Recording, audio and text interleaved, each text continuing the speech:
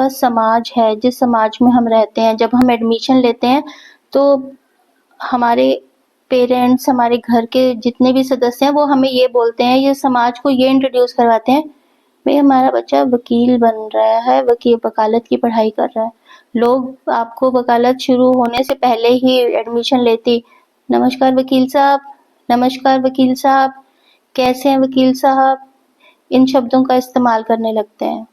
क्या सिर्फ सारा दिन रील्स को स्क्रॉल करते रहना या फिर अपने दोस्तों से बातें करते रहना या सारा दिन यूट्यूब, इंस्टाग्राम इन चीजों को ही देखते रहना, क्या यही आपका पार्ट ऑफ लाइफ बन चुका है? क्या कुछ आपके साथ भी ऐसा है कि आप ये भूल चुके हैं कि आप पढ़ाई क्यों कर रहे हैं? कितनी बार 3500 भरते चले जाएंगे और उसके बाद एआईबी क्लियर नहीं होता, घर बैठे हुए हैं, जज साहब के सामने जा नहीं पाएंगे, वकालतनामा लग नहीं पाएगा, 1 रुपया भी कमा के नहीं लेके आ रहे हैं, घर में 100 रुपया भी नहीं डेली का कमा के लेके आते हैं। और यकीन मानिए अगर आप सोच रहे हैं कि एआईबी क्लियर होते ही आप वेरी नेक्स्ट डे हजारों रुपए कमाने वाले हैं, तो ऐसा भी कुछ ये बताने की तो जरूरत है ही नहीं है कि जब तक एआईबी का एग्जाम क्लियर नहीं होता तब तक वकालत तो कर नहीं सकते हो। लॉ भी कर ली, इतने पेपर भी पास कर लिए, घर वालों के इतने पैसे भी लगा दिए, अब है कि एआईबी क्लियर होने का नाम ही नहीं ले रहा है। अब इसमें गलती किसकी है भाई, वो तो आप लोगों को ही समझना पड़ेगा। देखिए फर्स्ट, सेकंड या थर्ड अटेम्प्ट में भी अगर एआईबी क्लियर नहीं हो रहा है ना, तो यकीन मानिए कहीं ना कहीं प्रॉब्लम जरूर है, जिस चीज को समझना बहुत जरूरी है। मेरे पास बहुत सारे मैसेजेस आ रहे हैं जिसमें ये लोग कह रहे हैं कि हमसे बहुत सारी चीजें नहीं हो पा रही है, हमें टाइम मैनेज नहीं हो पा रहा, हमें बेयर एक्स की समझ नहीं आ रही है, हमें इलस्ट्रेशंस की समझ नहीं आ रही है, हमें डॉक्ट्राइंस की समझ नहीं आ रही है, हमें ये समझ ही नहीं आ रहा कौन सा बेयर एक्ट उठाएं कौन सा ना उठाएं, हमें ये नहीं समझ आ रहा कि नए लॉज पढ़ने हैं कि पुराने लॉज पढ़ने हैं, किस में से पेपर आने वाला है, बच्चों को पता ही नहीं लग रहा है। और आप देख रहे हैं फीस कितनी है, 3500 से के आसपास हमें फीस जमा करानी पड़ती है इसकी। कितनी बार 3500 भरते चले जाएंगे और उसके बाद एआईबी क्लियर नहीं होता, घर बैठे हुए हैं, जज साहब के सामने जा नहीं पाएंगे, वकालतनामा लग नहीं पाएगा, 1 रुपया भी कमा के नहीं लेके आ रहे हैं, घर में 100 रुपया भी नहीं डेली का कमा के लेके आते हैं। और यकीन मानिए अगर आप सोच रहे हैं कि एआईबी क्लियर होते ही आप वेरी नेक्स्ट डे हजारों रुपए कमाने वाले हैं, तो ऐसा भी कुछ नहीं है। उसके बाद भी कम से कम साल, 1.5 साल, 2 साल का समय लगने वाला है आपको एस्टैब्लिश होने में, अगर आप एक फर्स्ट जनरेशन लॉयर हैं तो। फर्स्ट जनरेशन लॉयर के लिए थोड़ा सा कंपैरेटिवली डिफिकल्ट होता है, बट ऑब्वियसली देखिए ये मेरे वीडियो का आज वो नहीं है कि टॉपिक नहीं है कि मैं आपको ये बताऊं कि first generation second generation lawyers के लिए कैसे रहता है, बट एक छोटी सी बात है जो बीच में ऐड ऑन हो जाती है कि भाई अगर हम फर्स्ट जनरेशन लॉयर हैं, एआईबी क्लियर नहीं कर पा रहे हैं, तो हमारे लिए कितना डिफिकल्ट है अपने आप को एस्टैब्लिश करना। देखिए हमारे आसपास समाज है, जिस समाज में हम रहते हैं, जब हम एडमिशन लेते हैं तो हमारे पेरेंट्स, हमारे घर के जितने भी सदस्य हैं वो हमें ये बोलते हैं, ये समाज को ये इंट्रोड्यूस करवाते हैं, भाई हमारा बच्चा वकील बन रहा है, वकालत की पढ़ाई कर रहा है। लोग आपको वकालत शुरू होने से पहले ही एडमिशन लेते, नमस्कार वकील साहब, नमस्कार वकील साहब, कैसे हैं वकील साहब, इन शब्दों का इस्तेमाल करने लगते हैं। पर आप यकीन मानिए उस वक्त वो सिचुएशन बहुत मुश्किल वाली महसूस होती है जब हम एक बार लॉ कंप्लीट तो कर लेते हैं पर वकालत नहीं कर पाते हैं।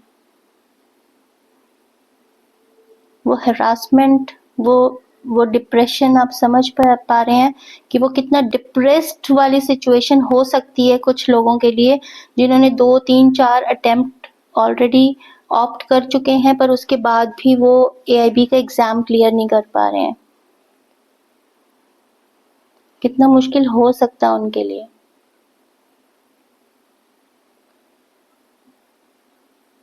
आज ना मेरे साथ यही चीज समझ लो कि एक्चुअल में जो मैं प्रिडिक्ट कर पा रही हूँ कि एक्चुअल में प्रॉब्लम आ कहाँ पे रही होगी कि एआईबी का एग्जाम ही क्लियर नहीं हो रहा, उस चीज को समझ लो। और अगर कोई ट्रिक आपको मैं दे रही हूँ तो उस ट्रिक को भी समझने की कोशिश करो प्लीज। ठीक है, कई लोग पढ़ाई इसलिए नहीं कर पाते क्योंकि उनका ध्यान बहुत जल्दी भटक जाता है। उन्हें पढ़ाई से तुरंत कोई फायदा नजर नहीं आता। जब तक कोई बड़ा लक्ष्य और प्रेरणा नहीं होती तब तक पढ़ाई सिर्फ बोझ लगती है। क्या आपके साथ भी कुछ ऐसा हो रहा है? क्या कोई बोझ लगने लगा है आपको कि भाई मेरे से अब और ज्यादा पढ़ाई नहीं होती? कुछ ऐसा महसूस कर रहे हैं क्या आप भी? मोबाइल, सोशल मीडिया, दोस्तों की बातें उन्हें ज्यादा आकर्षित करती हैं। क्या आपके साथ भी ऐसे ही हो रहा है? क्या सिर्फ सारा दिन रील्स को स्क्रॉल करते रहना या फिर अपने दोस्तों से बातें करते रहना या सारा दिन यूट्यूब, इंस्टाग्राम इन चीजों को ही देखते रहना, क्या यही आपका पार्ट ऑफ लाइफ बन चुका है? इसके अलावा कुछ लोग खुद पर भी भरोसा नहीं करते। उन्हें लगता है कि चाहे कितना भी पढ़ाई कर लें, पास तो नहीं होंगे हम। क्या भाई ये चीजें आप लोगों के दिमाग में भी आ रही हैं क्या? कि अगर कुछ ऐसा होने वाला है तो मेरे साथ लास्ट तक बने रहिए। मैं उस चीज को समझने की एक्चुअल में कोशिश कर रही हूँ कि हम कहाँ पे स्टैंड कर रहे हैं एक्चुअल में। हम प्रॉब्लम कहाँ, कौन से लेवल तक प्रॉब्लम आ चुकी है। कई बार सही गाइडेंस की कमी और पढ़ाई का सही तरीका ना होने की वजह से भी लोग धीरे धीरे पढ़ाई से दूर होते चले जाते हैं। इट्स वेरी ऑब्वियस, ऐसा है। अगर आपको सही गाइडेंस नहीं मिलती है, आपको नहीं पता कि कौन से ट्रैक पर मूव करना है, तो आप उस चीज से अपने आप को कट ऑफ करने लगते हैं। This is the truth. कुछ लोगों को घर या समाज से सपोर्ट नहीं मिलता, जिससे वो पीछे हट जाते हैं। जब पढ़ाई बोरिंग लगे, टाइम टेबल ना बना हो और माहौल भी सपोर्टिव ना हो तो इंसान पढ़ाई से कटने लगता है। सबसे बड़ा कारण तो यह भी होता है कि लोग ये भूल जाते हैं कि वो पढ़ाई क्यों कर रहे हैं। जब क्यों ही खो गया तो कैसे का मतलब कहाँ से आया? क्या कुछ आपके साथ भी ऐसा है कि आप ये भूल चुके हैं कि आप पढ़ाई क्यों कर रहे हैं?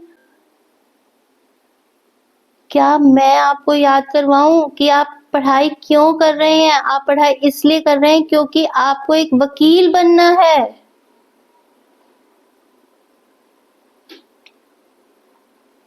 आपको समाज में एक ऐसी भूमिका तैयार करनी है जिससे लोग आपको पहचानेंगे। सिर्फ आपके नाम से आप ही नहीं पहचाने जाएंगे, आपके नाम से आपके परिवार के लोग भी पहचाने जाएंगे।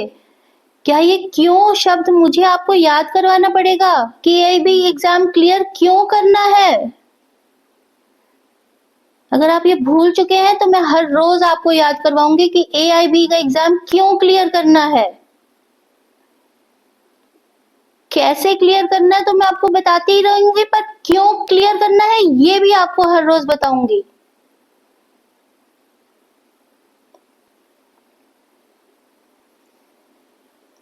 देखिए, इस चीज को तो मैं चाह रही हूँ कि एक बार आपके सामने ना दोबारा से रिपीट कर दूं। भाई अगर आपके साथ भी कुछ ऐसा होने वाला है और अगर आप ऐसा कुछ कर रहे हैं तो ये चीज मैं आपके सामने रिपीट कर रही हूँ। कई लोग पढ़ाई इसलिए नहीं कर पाते क्योंकि उनका ध्यान बहुत जल्दी भटक जाता है और उन्हें पढ़ाई से तुरंत कोई फायदा नजर नहीं आता। जब तक कोई बड़ा लक्ष्य, प्रेरणा नहीं होती तब तक पढ़ाई सिर्फ एक बोझ लगती है। मोबाइल, सोशल मीडिया, दोस्तों की बातें उन्हें ज्यादा आकर्षित करती हैं। जिसके अलावा कुछ लोग खुद पर भी भरोसा नहीं करते। उन्हें लगता है चाहे कितना भी पढ़ाई कर लें भाई, पास तो नहीं होंगे। कई बार सही गाइडेंस की कमी और पढ़ाई का सही तरीका ना होने की वजह से भी लोग धीरे धीरे पढ़ाई से दूर होते चले जाते हैं। कई लोगों को घर या समाज से सपोर्ट नहीं मिलता, जिससे वे पीछे हट जाते हैं। जब पढ़ाई बोरिंग लगे, टाइम टेबल ना बना हो और माहौल भी सपोर्टिव ना हो घर का, आस पड़ोस का, तो इंसान पढ़ाई से कटने लगता है। सबसे बड़ा कारण यह भी होता है कि लोग भूल ही जाते हैं कि वो पढ़ाई कर क्यों रहे हैं। क्या कारण है कि ये भी क्लियर करना है, यही हमें याद नहीं रहता। और जब क्यों ही खो जाता है तो कैसे का कोई मतलब ही नहीं बचता। लेकिन मैं आपको हर रोज याद करवाने वाली हूँ कि हमें एआईबी क्यों क्लियर करना है। कैसे क्लियर करना है ये तो ऑब्वियसली हम डिस्कस करते ही रहेंगे, बट क्यों क्लियर करना है ये भी मैं आपको याद करवाती रहूंगी, मैं आपको भूलने नहीं दूंगी। आपका सवाल अब एआईबी क्लियर क्यों नहीं हो पा रहा है, यानी all India bar examination pass ही नहीं हो पा रहा। तो चलिए हम गलतियों पर नजर डालते हैं जिसकी वजह से लोग एग्जाम क्लियर नहीं कर पाते। देखिए सबसे पहली चीज जो बहुत इंपॉर्टेंट है वो यही है कि बेयर एक्ट की सही समझ ना होना। एआईबी में बेयर एक्ट से सीधे सवाल आते हैं, कई बार लोग बस गाइड बुक्स या नोट्स पर ही निर्भर हो जाते हैं, बेयर एक्ट को गहराई से नहीं पढ़ते।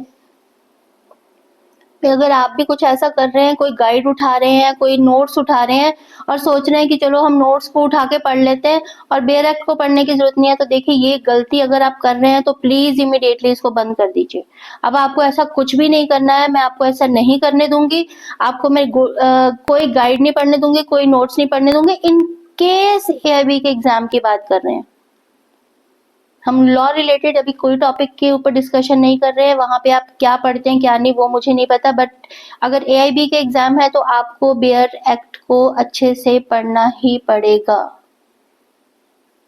ओपन बुक को हल्के में ले रहे हैं लग रहा है आप लोग भी, क्योंकि ये ओपन बुक एग्जाम है। कई लोग सोचते हैं कि पास होना बहुत आसान है, लेकिन असल में किताब से ढूंढना भी एक स्किल है।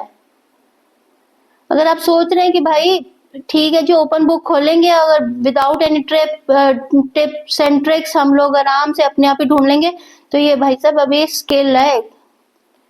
इसका level day by day increase होता चला जा रहा है, लेवल डिफिकल्ट होता चला जा रहा है।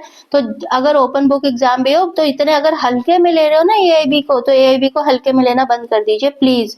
टाइम लिमिट की सही जानकारी ना होना या ढूंढना तभी संभव है जब आपने पहले से ही तैयारी कर रखी होगी। मैंने आपको पहली वाली वीडियो में भी बता दिया, कई बच्चे एक एक क्वेश्चन को 4 से 4 या 5-5 मिनट तक ले रहे हैं। अब एक क्वेश्चन को 5 मिनट लगा देंगे, आप कहाँ से बाकी के क्वेश्चंस कर लेंगे? आप 3 घंटे का सारा समय है।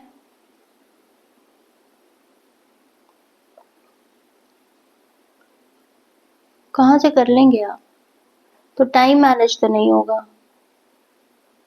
अगर प्रीवियस ईयर के क्वेश्चन पेपर नहीं कर रखे और इतना ही आसान इतने हल्के में ले रहे हो ना, टाइम मैनेजमेंट की कमी देख लीजिए। कुछ सवालों में बेयर एक्ट से रेफरेंस निकालने में ज्यादा समय लग जाता है, अगर पहले से प्रैक्टिस नहीं की होती तो पेपर छूट जाता है। मैंने पिछली बार भी एग्जांपल दिया था आप लोगों को कि मेरी खुद की एक जूनियर लड़की जो she is very close to me, उसने मुझे खुद बताया कि जब मैं पेपर अटेम्प्ट करने लगी हूँ तो लास्ट के 15 मिनट्स में मेरे पास 35 क्वेश्चंस रह गए थे जिसको मैं बिल्कुल भी टच नहीं कर पाई। अब सोचिए उसे 15 मिनट में 35 क्वेश्चंस अटेम्प्ट करने थे, तो कितनी देर कितने सेकंड्स उसको एक क्वेश्चन को देने पड़े होंगे। और उसने लास्ट मोमेंट पे बस तुक्का मारा, क्योंकि उसके पास ना तो वो समय था उसको फाइंड आउट करने का, और वो इतने स्ट्रेस में आ गई 15 मिनट में ही कि उसको समझ ही नहीं आया कि अब मैं करूँ तो क्या करूँ, और अल्टीमेटली उसने तुक्के मारे। जहां उसका दिल किया वहां उसने टिक किया और वो पेपर नहीं क्लियर कर पाई, क्योंकि ये तुक्कों वाला क्वेश्चन पेपर नहीं है, ये तो बहुत हाई लेवल का पेपर है। अब ये डिफिकल्ट होता चला जा रहा है, इसको बहुत हल्के में लेना गलत है। एमसीक्यू पैटर्न को हल्के में लेना, अगर हर ऑप्शन क्लोज अंतर से बना होता है भाई साहब, चार ऑप्शन आ रहे हैं आपके सामने, आपको क्या लगता है कि जो ऑप्शन नंबर ए है वो आपका आंसर है, जो बी है वो उसने कुछ भी लिख दिया, ठीक है। जैसे ए तो आप उसने लिख दिया कि भी ठीक है ये फॉर्ज डॉक्यूमेंट से रिलेटेड है क्वेश्चंस के अंदर, तो आप इस पर्टिकुलर सेक्शन पे जाओ और आंसर मिल गया। फॉर एग्जांपल ए में तो ये था, बी में उसने लिख दिया कि आपको चांद पे जाना है और वहां से ढूंढना है, सी आपने लिखना है कि आपको पाकिस्तान जाना है और वहां से लेना है, डी उसने लिख दिया आपको चाइना जाना है और वहां से लेना। आप क्या आप एआईबी के एग्जाम को इस तरह से समझ रहे हैं क्या? ऐसा कुछ नहीं है, कोई पाकिस्तान नहीं जाना, कोई चाइना नहीं जाना, कोई चांद पे नहीं जाना, ऐसा कुछ नहीं होगा। ऑल द 4 जो टॉपिक्स जो ऑप्शंस होंगे ना वो इतने क्लोजली रिलेटेड होंगे कि आपको समझ ही नहीं आएगा कि ए सही है कि बी सही है कि सी सही है कि डी सही है। आपको ये बिल्कुल समझ नहीं आएगा, और वो तब तक समझ नहीं आएगा जब तक बेयर एक्ट को पढ़ाई नहीं की होगी।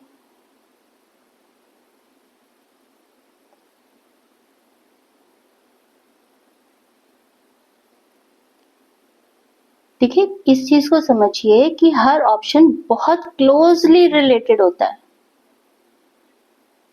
जैसे option A, B, C, D. अगर ऑप्शन ए में अगर आपका सेक्शन लिखा हुआ कि इस पर्टिकुलर सेक्शन पे जाइए और उसका आंसर आप ढूंढ लीजिए। बी आपको ये थोड़ी ना होगा कि भाई आप ठीक है अपने घर में जाइए और आपको आंसर मिल जाएगा। सी ये थोड़ी ना होगा अपने मोहल्ले में जाइए और आपको आंसर मिल जाएगा। डी ये थोड़ी ना होगा कि भैया आप हमारे पास आ जाइए, हम ही आपको आंसर दे देते हैं।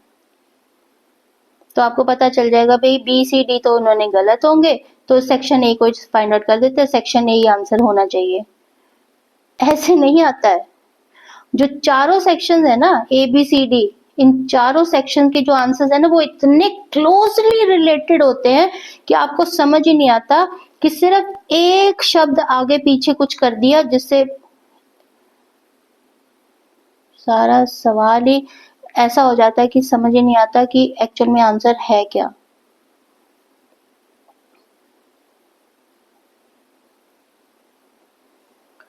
तो अगर आप एमसीक्यूज को बहुत हल्के में लेते हैं ना तो ये भी गलत है। एमसीक्यूज को बहुत ज्यादा हल्के में मत लीजिए, क्योंकि बहुत क्लोजली रिलेटेड होते हैं। ऑप्शन चुनने के लिए धारदार समझ होनी बहुत जरूरी होती है, बहुत अच्छी समझ होनी जरूरी है। पुराने सालों के पेपर मॉक टेस्ट का अभ्यास ना करना। अगर आप मॉक टेस्ट या पिछले सालों के जो पेपर्स हैं उनको आप हल नहीं करते हैं तो पेपर का पैटर्न समझना मुश्किल हो जाता है, आपको पता ही नहीं लगेगा। मैंने आपको बता दिया, मैगजीन्स आप कहाँ से कर लोगे अगर आप देखते ही नहीं हो कि आप प्रीवियस ईयर की जो क्वेश्चन पेपर है उसमें कितनी तरह की मैगजीन्स आई हुई है, किस तरह की मैगजीन्स आई हुई है, मैगजीन्स की क्या वो क्वेश्चन किस तरह के पैटर्न बन रहा है, क्या रिट्स के ऊपर क्वेश्चंस बन रहे हैं, क्या डॉक्ट्राइन्स के ऊपर क्वेश्चन बन रहे हैं, क्या अमेंडमेंट्स के ऊपर क्वेश्चन बन रहे हैं, क्या केस लॉज के ऊपर क्वेश्चन बन रहे हैं। एक बार तो उठा के देखो प्रीवियस ईयर के क्वेश्चन पेपर, तब तो आपको समझ आएगा कि किस तरह का जो लेवल है वो इंक्रीज हो रहा है। अब 100 मैगजीन्स का एक बार एक टॉपिक अपना पूरा का पूरा बना लो जिसमें 100-150 मैगजीन्स हो। एक केस लॉस का 100-150 क्वेश्चंस का एक पूरा टॉपिक बना लो कि भाई ठीक है, मैंने नोट्स बना लो अपने कि भाई मैंने ये 150 या 200 मैंने केस लॉस नोट डाउन कर लिया, मैंने इनको हर रोज पढ़ते चले जाना। मैं आप लोगों के लिए एक नेक्स्ट वीडियो लेके आने वाली हूँ जिसमें मैं आप लोगों को एक टाइम टेबल देने वाली हूँ कि 50 या 60 डेज के अंदर अंदर आपने कैसे सारे बेयरएक्स को पढ़ना है और कैसे चीजों को मैनेज करना है। भाई हम आपको टाइम टेबल भी दे देंगे, हाथ जोड़ के विनती है कि प्लीज उसको फॉलो जरूर करना। आ रहा समझ आपको? बेसिक लॉ सब्जेक्ट्स को कमजोर पकड़ जैसे सीआरपीसी, एविडेंस एक्ट, कॉन्स्टिट्यूशन, इस पे अच्छी पकड़ नहीं होती। भाई अब 10 नंबर का जो पेपर है वो तो इन्हीं में से आ रहा है, नई लॉ जो है 3 उनमें से आ रहा है, कॉन्स्टिट्यूशन में से आ रहा है। अब 10 नंबर का जो पेपर जिसमें से आ रहा है उसको कैसे छोड़ दोगे आप? जो 2 नंबर वाले हैं क्या उसमें से पढ़ाई करनी है?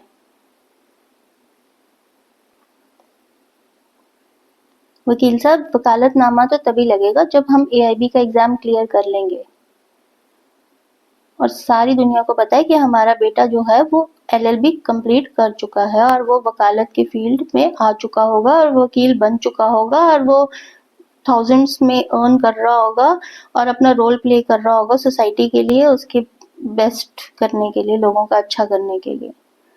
पर अगर लोगों को ये पता लगता है कि भैया एआईबी क्लियर नहीं हो रहा तो ऑब्वियसली हम सभी को भी एक डिप्रेशन की उसमें हम लोग जा सकते हैं कि भाई क्यों नहीं अटेम्प्ट हो पा, क्या बात होगी भाई एआईबी क्लियर नहीं हो पा रहा, लॉ अच्छे से नहीं की थी क्या?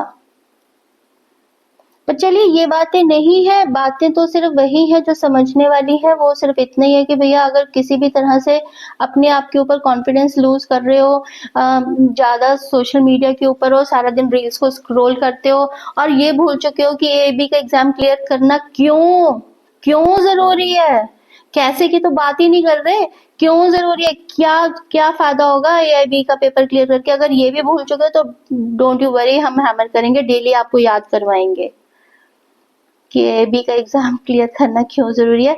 मेरे चैनल को प्लीज काइंडली सब्सक्राइब करिए, क्योंकि देखिए इस जो जर्नी है एआईबी की जर्नी जो है उसमें हम सभी साथ चलेंगे एक दूसरे का हाथ पकड़ के और इस एआईबी के एग्जाम को इजीली क्रैक करने की कोशिश करेंगे। आप सभी ने मेरा इतनी देर तक साथ दिया, आप सभी का बहुत बहुत शुक्रिया।